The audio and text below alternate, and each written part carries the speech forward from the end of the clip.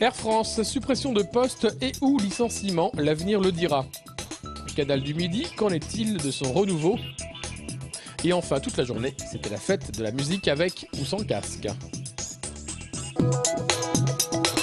5122, c'est le chiffre annoncé au comité d'entreprise extraordinaire d'Air France à Paris ce matin. 5122 postes équivalents temps plein qui devraient être supprimés d'ici fin 2013. Si l'on compte les 1712 départs en retraite prévus d'ici là, la direction estime que le sureffectif à résorber est à ce jour de 7%.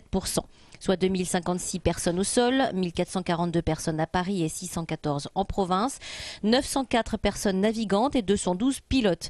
Ces chiffres font bondir les organisations syndicales, d'autant que selon Éric Geneste, délégué syndical CGT à Toulouse, la direction ne dit pas aujourd'hui comment elle compte résorber ces sureffectifs. On pressent que tout dépendra de la signature ou non de l'accord d'entreprise qui prévoit notamment un blocage sur les processus d'évolution des salaires et un réajustement du volume de travail. Toulouse sera-t-elle impactée par le plan de réduction des effectifs?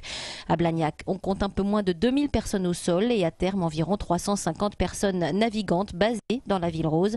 Les chiffres ville par ville devraient être dévoilés au prochain CE le 28 juin.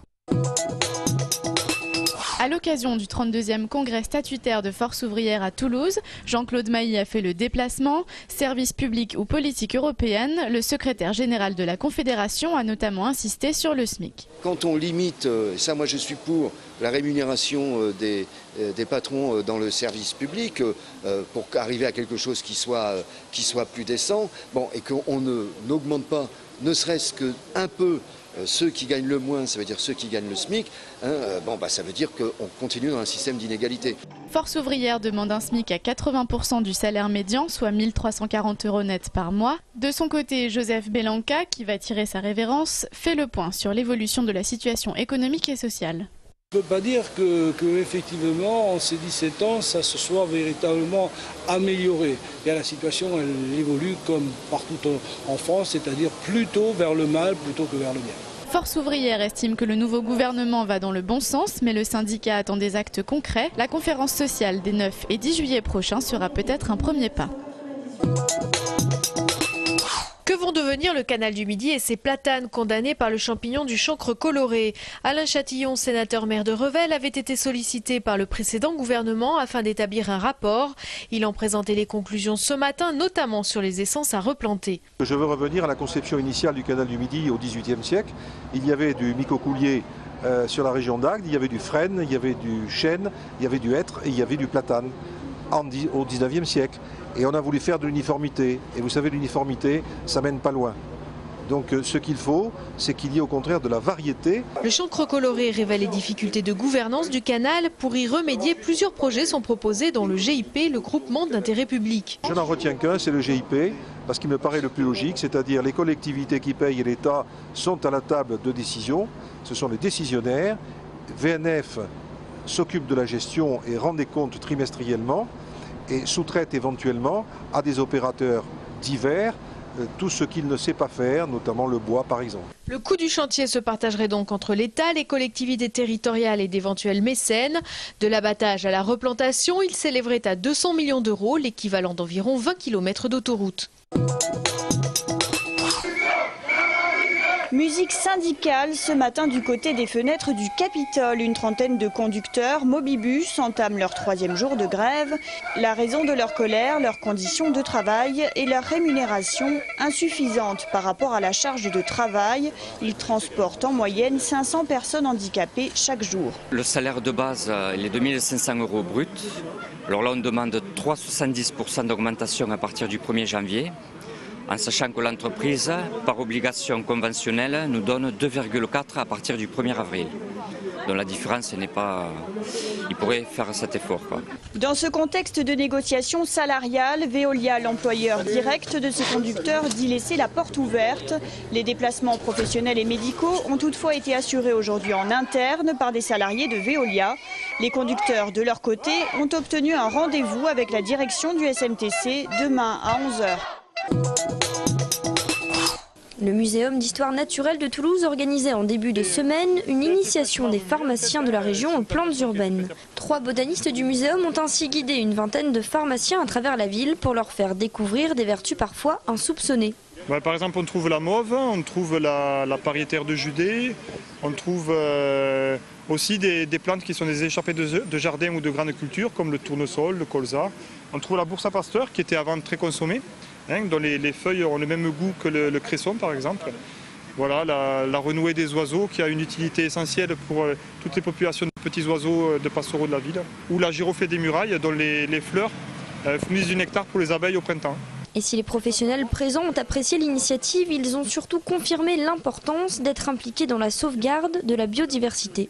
On pourrait dire qu'il nous faut écouter les plantes, qu'elles nous confient leur pouvoir et que beaucoup de médicaments venant des plantes, il faut bien les écouter. Parce que vraiment, la biodiversité permettra peut-être un jour de sauver l'humanité. L'un des botanistes a en effet affirmé que celui qui connaissait les plantes serait capable de se nourrir et se soigner avec la flore de Toulouse, même en cas d'apocalypse. Tout en nourrissant le corps, les Restos du Cœur nourrissent également l'esprit. Depuis 3 ans, Nicole, ancienne professeure d'art plastique, propose aux bénéficiaires de l'association un atelier chaque mercredi. Ce soir, c'est le vernissage de l'exposition. Pour qu'ils voient qu'ils sont capables de faire de très belles choses. Et j'ai eu envie de montrer aussi leur travail, parce que je trouve que c'est très valorisant. Il y a des thèmes favoris qui reviennent souvent. Le voyage, c'est aussi le retour au pays, les routes qui partent en perspective. Derrière ces œuvres, des enfants, des jeunes, des moins jeunes, une centaine de bénéficiaires à la fibre artistique. La saison nationale des Restos du Cœur a pris fin au printemps, mais les bénévoles, poussés par un bilan toujours en hausse, essayent de prolonger leur aide.